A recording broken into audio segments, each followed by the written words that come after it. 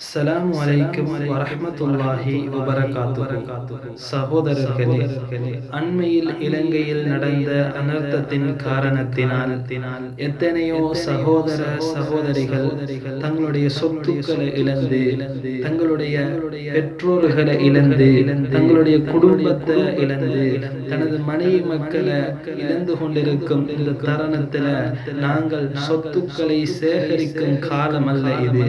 நாங்கள் எங்களுடைய வீடுகளை மாளிகைகளாக கட்டும் காலம் அல்ல இது.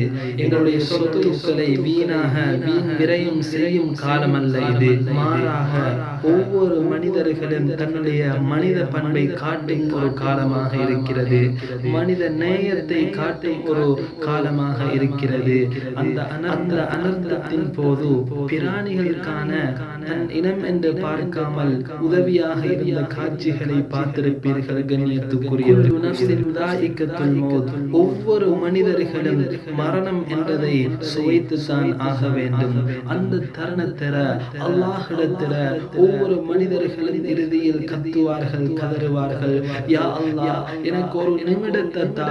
அந்த நிமிடத்தில் நான் என்னுடைய சொத்துக்கள், என்னுடைய செல்வங்கள் அனைத்தையும் சதகாக்களாக சதகா செய்துவிட்டு சாலிஹீன்கள்ல கூட்டத்தில ஆகிவிடுகிறேன் என்று ஒவ்வொரு மனிதர்களும் கத்துவார்கள், கதறுவார்கள். அல்லாஹு தஆலா ஒரு நிமிடத்தை காண கொடுக்க மாட்டான். கண்ணியத்துக்குரியவர்களே, அந்த தருணத்தில் தான் ஒவ்வொரு மனிதர்களுக்கும் சதகாக்களுடைய பெருமதி என்ன, சதகாக்களுடைய வெகுமதி என்ன என்பதை அவன் விளங்கிக் கொள்வான். கண்ணியத்துக்குரியவர்களே, அந்த தருணத்தில் எமக்கு விளங்கி என்ன பிரயோசனம்? அல்லாஹு தஆலா ஒரு சந்தர்ப்பத்தை எனக்கு தந்திருக்கிறான். கண்ணியத்துக்குரியவர்களே, நாம் நம்முடைய செல்வங்களை வாரி வழங்க கடமைப்பட்டிருக்கிறோம்.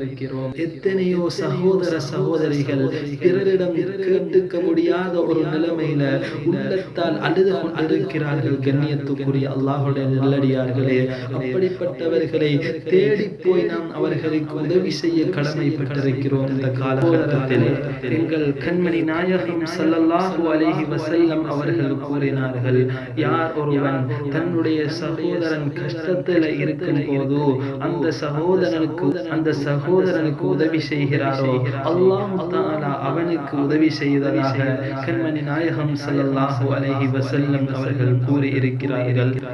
எங்களுடைய சகோதர சகோதரிகளுக்கு இனம் மதம் என்று பார்க்காமல் அனைவர்களுக்கும் உதவி செய்து அல்லாஹ் தஆலாவுடைய உதவியை நாம் பெறுவோம். வ ஆகிரு தஅவானா அல்ஹம்துலில்லாஹி ரப்பில் ஆலமீன்.